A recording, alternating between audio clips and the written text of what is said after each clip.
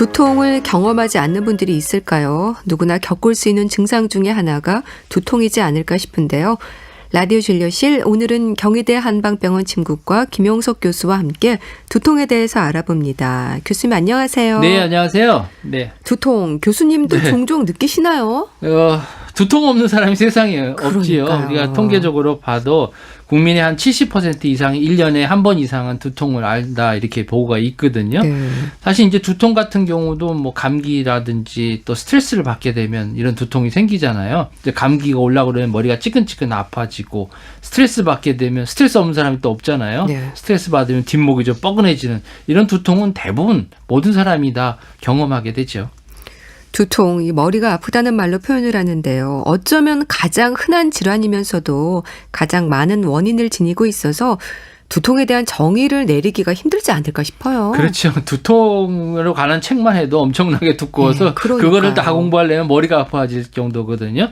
근데 이제 두통은 아주 흔한 질환이에요. 누구나 겪는 질환이기 때문에 어떻게 보면 그냥 지나쳐 버릴 수도 있는데, 이 안에는 또 때로는 심각한 질환이 있기 때문에 적절한 신호를 받으셔야 되고, 두통이 어떤 그 심각한 질환의 신호일 수도 있거든요. 그래서 두통의 원인은 이제 앞에 말씀드린 엄청나게 많아요. 그리고 두통을 공부하다 보면 정말 머리가 아플 정도로 원인이 많아서, 그 중에 하나가 뭐 우리가 흔히 아이스크림 먹고 나서 두통 생기는 아이스크림 두통이라는 것도 있거든요. 예. 네. 그래서 참 두통의 범위라든지 통증의 양상에 있어서도 일단 다양합니다. 한의학에서는 어떻게 설명이 될까요? 한의학에 이런 말이 있어요. 두무냉통, 복무열통이라고 했어요.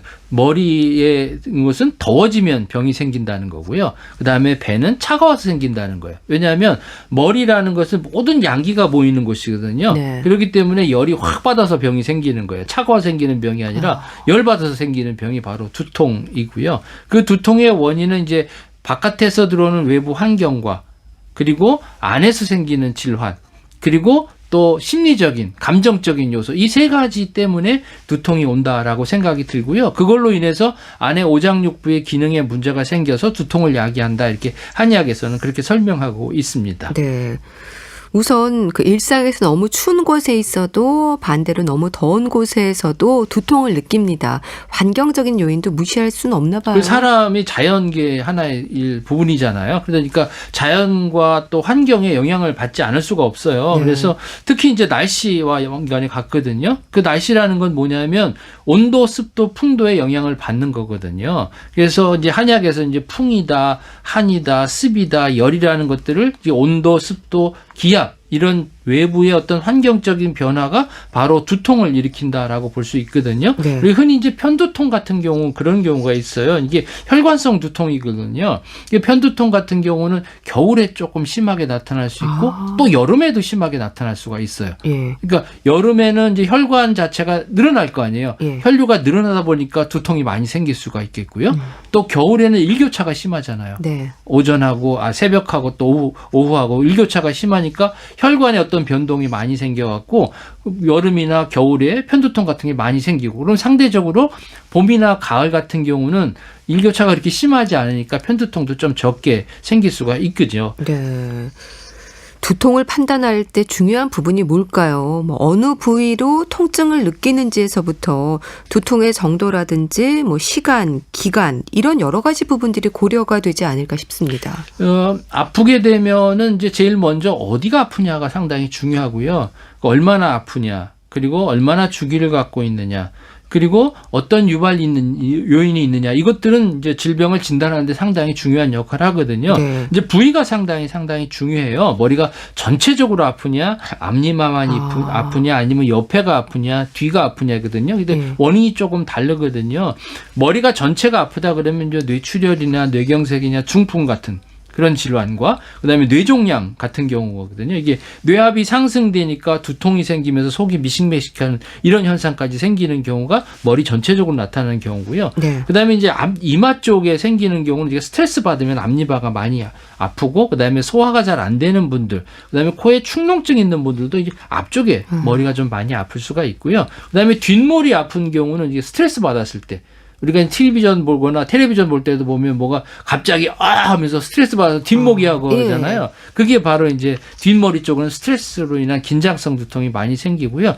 그다음에 관자놀이가 이제 아픈 경우에는 찌끈찌끈 아프잖아요. 이럴 때는 이제 편두통인 거고 또 측두동맥역이라는 게 있는데 이런 두통도 생기고 나중에는 시력도 많이 손상이 될 수가 있고요. 그다음에 눈 주위가 이제 아주 아픈 경우가 있거든요. 이게 군발성 두통이라고 하는데 눈물도 나고 콧물도 나고 이마에서 막 땀까지 나는 경우는 이게 군발성 두통이기 때문에 이게 부위가 상당히 중요하고요. 그 다음에는 얼마만큼 이 심하냐, 아주 죽을 정도냐, 아니면 견딜만 하냐, 이것도 평가를 해야 되고요. 그 다음에 얼마나 주기로 생기느냐, 뭐 일주일에 한 번 생기느냐, 아니면 2주에 한 번 생기느냐, 한 달에 한 번 생기느냐, 아니면 그게 한 번 가면 얼마 정도 지속되느냐, 그리고 이제 어떤 요인에 생기느냐. 뭐 스트레스 받았을 때 많이 생기느냐, 오후가 되면 더 심해지느냐, 뭐 음식을 먹었더니 생기느냐, 이런 것들을 확인하게 되지요. 아유, 두통의 종류가 많네요. 근데 환자가 얘기하는 증상으로도 어느 정도는 원인을 짐작할 수 있을 것 같긴 한데 두통의 증상으로 가장 많이 표현되는 말이 뭘까요? 머리가 아프다. 그죠? 머리가 아플 때도 아프다는 표현이 여러 가지 있어요. 뭐 묵직하게 아프다, 찢어지게 아프다, 바늘이 콕콕 쑤실 것 같다, 뭐가 터질 것 같다, 뭐 꽉 누르는 감이 있다, 뭐 여러 가지 표현들을 많이 하시는데 이게 다 이제 두통의 어떤 표현 방법이라고 볼 수가 있죠. 특히 이제 뭐 저쪽 지방에서 사시는 경상도나 전라도 쪽에 있는 분들은 이 사투리로 이야기를 하다 보면 무슨 말인지 잘 모르는 경우도 있습니다. 그렇게 증상을 표현을 하면 대충 짐작이 됩니까? 그 원인이? 그렇죠. 이제 두통은 크게 보면 두 가지거든요. 하나는 1차성 두통, 하나는 2차성 두통이에요. 1차성 두통이라는 것은 원인을 알 수 없는 두통이고요. 2차성 두통은 어떤 질환에 의해서 2차적으로 두통이 생기는 거예요. 근데 대부분 한 90%는 1차성 두통이고요. 원인을 알 수 없는 원인을 것들. 알 수 없는 거. 그 원인을 알 수 없는 것도 한 두 가지로 나누는데 첫째가 이제 긴장성 두통, 하나는 편두통. 이죠. 긴장성 두통이라는 건 근육 긴장이 하거나 스트레스를 받으면 이때 특징은 뭐냐면 뻐근하다는 거예요. 뭔가 끈으로 묶어놓은 것처럼 묵직하고 뻐근하다는 게 특징이 있고요. 그다음에 이제 편두통이라는 것은 이제 혈관성 두통이기 때문에 욱신욱신거리다, 콕콕 쑤신다. 또 요렇게 심해지면 뭐 구토할 증상이 나타나고 어지러움증이 생기고 이런 현상들이 생기고 빛이나 어떤 소리에 또 공포감을 느끼면서 통증을 나타내는 경우도 있죠. 뭐 그런 혈관성 두통을 비롯해서 근육의 경직으로도 또 신경통으로도 그리고 척수 손상으로도 두통이 생긴다는 말을 들었습니다. 이런 원인들도 있나요? 그렇죠. 이제 대개 통증의 양상이 보면 긴장성인 경우는 머리 전체가 이제 묵직하고 조이는 통증이거든요. 원인이 스트레스, 뭐 과로, 또 목 뒤에 근육이 이제 경직이 돼서 생기는 경우가 있거든요. 이런 경우는 특히 이제 오후가 되면 더 심해지게 되죠. 그리고 주말에는 이제 통증이 별로 없어요. 그렇겠네요. 월요일 되면 이제 갑자기 뭐 주말 밤이 되면 갑자기 머리가 아파지는 이런 형태가 생기는 경우에 바로 이제 긴장성 두통이고요. 혈관성 두통은 이제 욱신욱신거리고 여성이 훨씬 남성보다 많겠고요.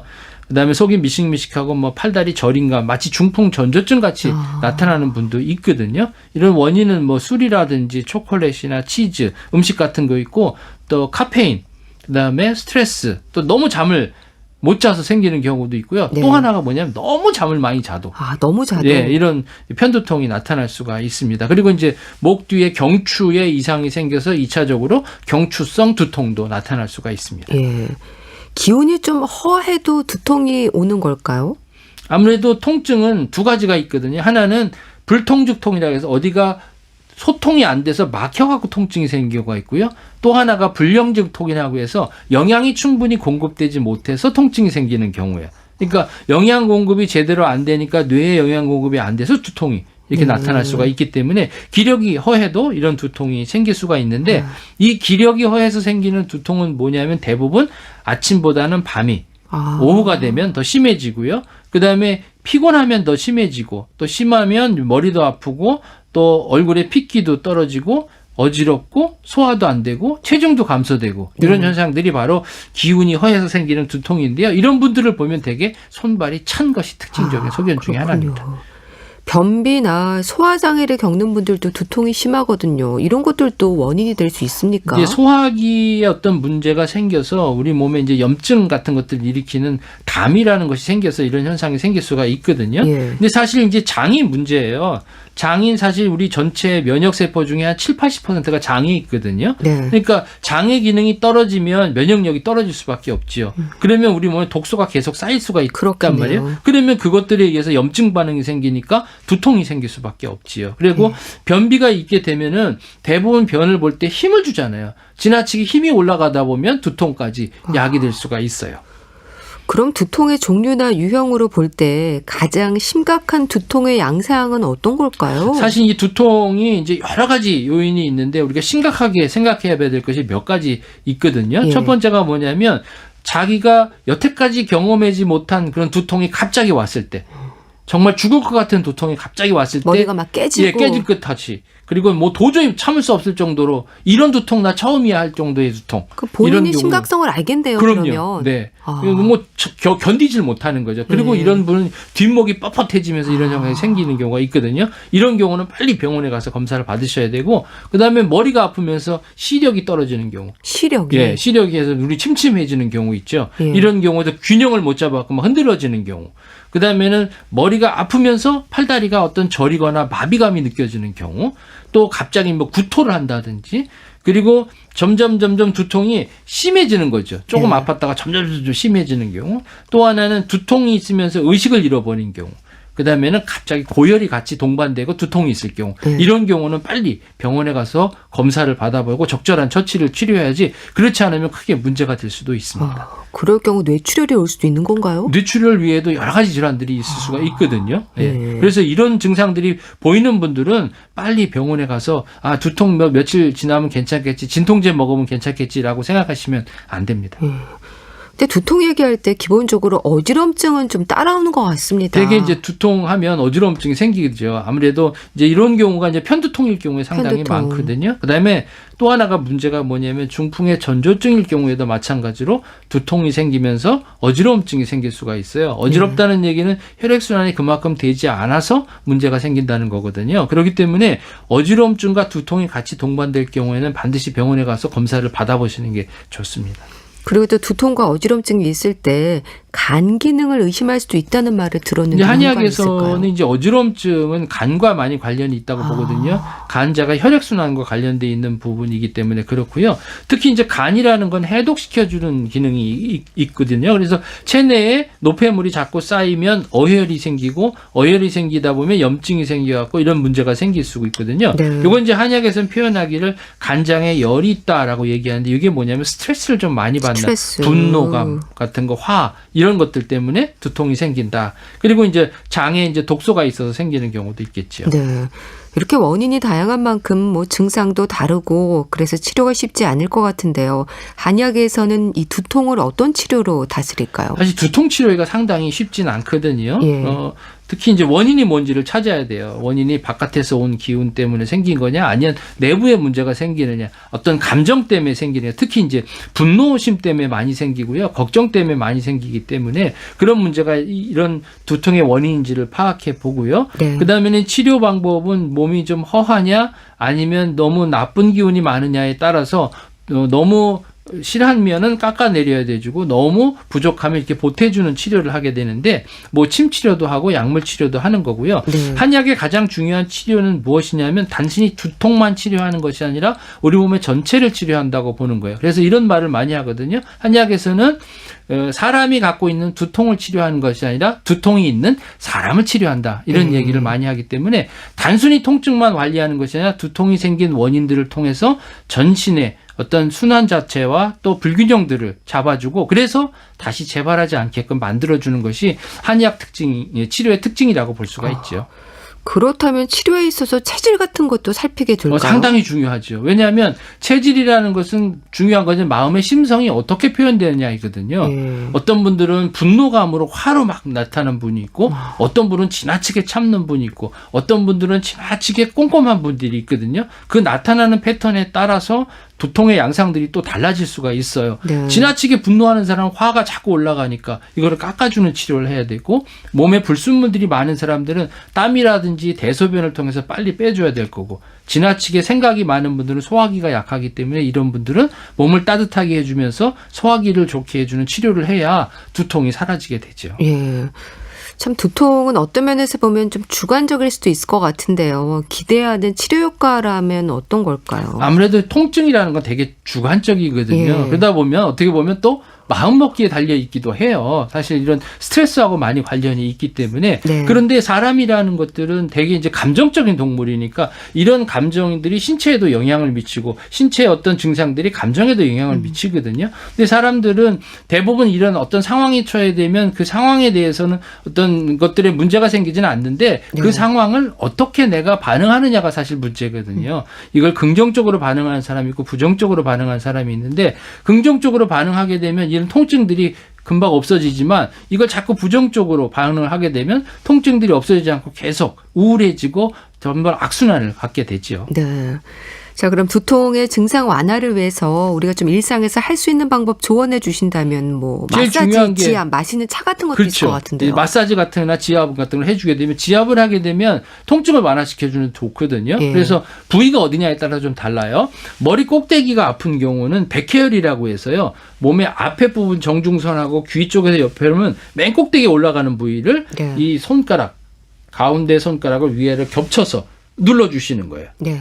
그리고 뒷목이 아픈 경우가 상당히 많거든요. 이런 건 엄지손가락을요, 귀 뒤쪽에다 갖다 대면 온폭 들어가는 부위가 있어요. 네. 엄지손가락 하나 들어갈 수 있습니다. 그 부위가 풍지라는 혈인데 그 부위를 눌러주시는데, 어떻게 누르냐면 가볍게 대고 있다가 꾹 눌러주는 거예요. 5초를 꾹 눌러주는데 점점 세게 꾹 눌렀다가 그리고 살짝 띄워보면 뭔가 시원한 감이 생기거든요. 예. 이게 눈이 침침하신 분도 여기를 지압을 하게 되면 눈이 확 띄어지는 경우가 있어요. 그래서 꾹 눌렀다가 5초 눌렀다가 살짝 띄고, 요걸 반복해 주시면 좋겠고요. 네. 그다음에 이제 관자놀이 있는 부분에 태양이라는 혈이 있거든요. 이거는 눈썹 끝에 분하고 눈꼬리 끝에, 그리고 가운데에서 바깥쪽으로 가면 거기 또 온폭 들어간 부위가 있어요. 네. 관자놀이라고 하는 부위죠. 이 부위는 두 번째 손가락 가지고 대고 꽉 눌렀다가 똑같은 방법으로 5초 꽉 눌렀다가 살짝 띄고, 아, 요걸 시원하네요. 반복해주면 시원해지고 태양처럼 이게 밝아지는 형상이 생기고요. 예. 그다음에 마시는 차로 좋은 거는 뭐냐면 국화차가 국화차. 좋아요.